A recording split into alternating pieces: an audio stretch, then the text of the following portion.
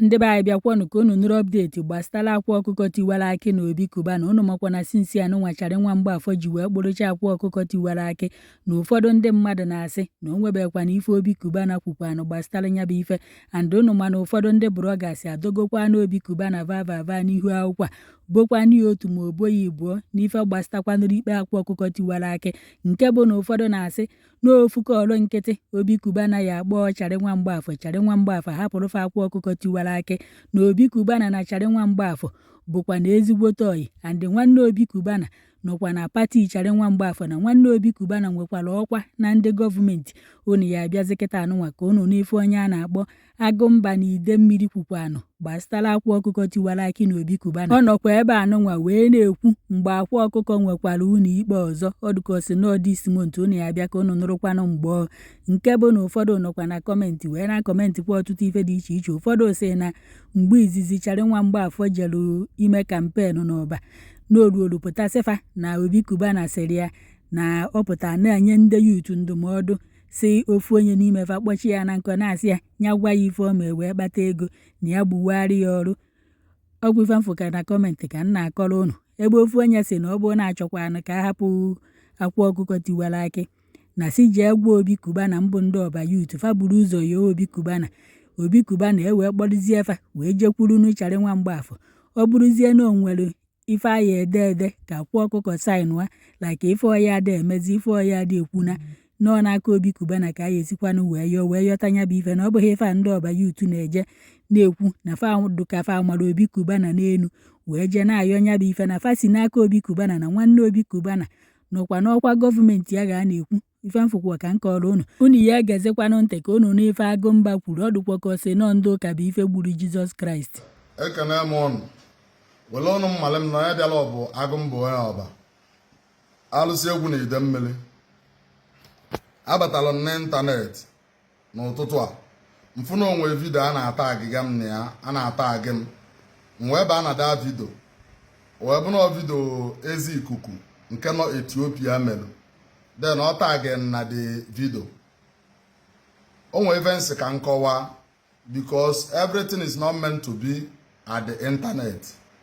Ebe okwu maka family Cubbana n'ife gbasara kesi Akwa, biko ezi ikuku ịma na nọ na Nigeria ị na Ethiopia mana ejighọ nọmba ọmana wada chat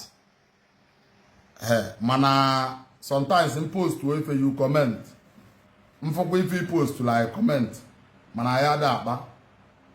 Achọrọ m iji ohere aka adreesị ya so many bloggers na the case of Akwa Okuko tiwara akị.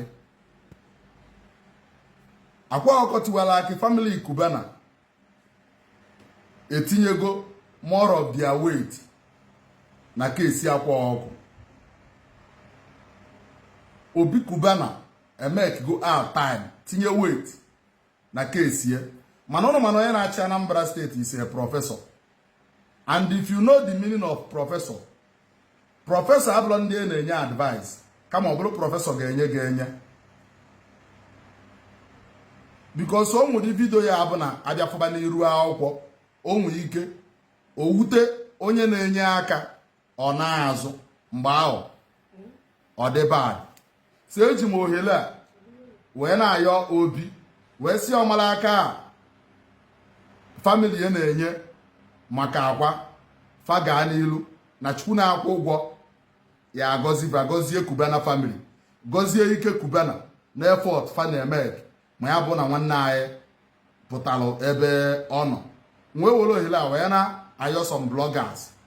I know that so many bloggers onwe ndị na-eme video maka views, onwe ndị na-eme video maka ego fa na earn, mana sometimes anyị chi ime video ka anyị verify ya ịyọta.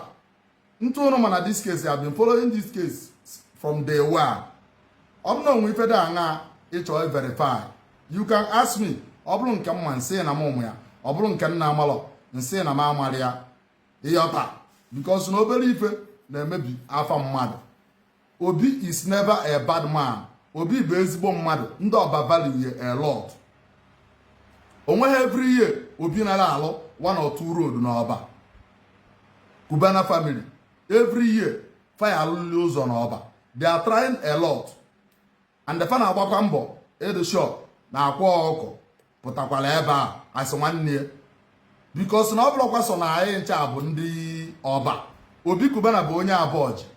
Agụmba bụ onye Abọji. Akwa Okuko bụ onye Abọji. Emakwa ụdị vidio anyị mebu na etu a ka ọ dị mkwana ndị ọba niile enukọlụ jee bụ Obi sinsi. Mana ụdị ka ife ahụ adụrụ Obi is our senior brother. And ya na Akwa ese nụlụ okwu for one day. Akwa na-enyekwu ya respect as senior brother from day one. Obi makwa na junior brother ka ọ bụ. So biko na eji m ohere a wee na-ayọ bloggers. Biko before we blog, let's verify. Onwere onye na-amalọ na asị m kwuo na the most case nwa amadi ji wee nọrọ ebe na-ekwu bụ na ịma na ana Igbo anyị anụma na trouble dị na ana Igbo anyị bụ ndị ụka na ndị omenala. And nọ ndị ụka ji gọọmenti.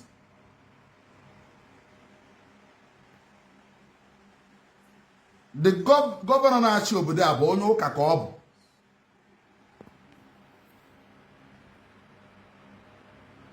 So biko if you want to blog, Obi is never a bad person. Mmeji ndụ m wee ṅụọ iyi. Kama na everything is not meant to be on the internet.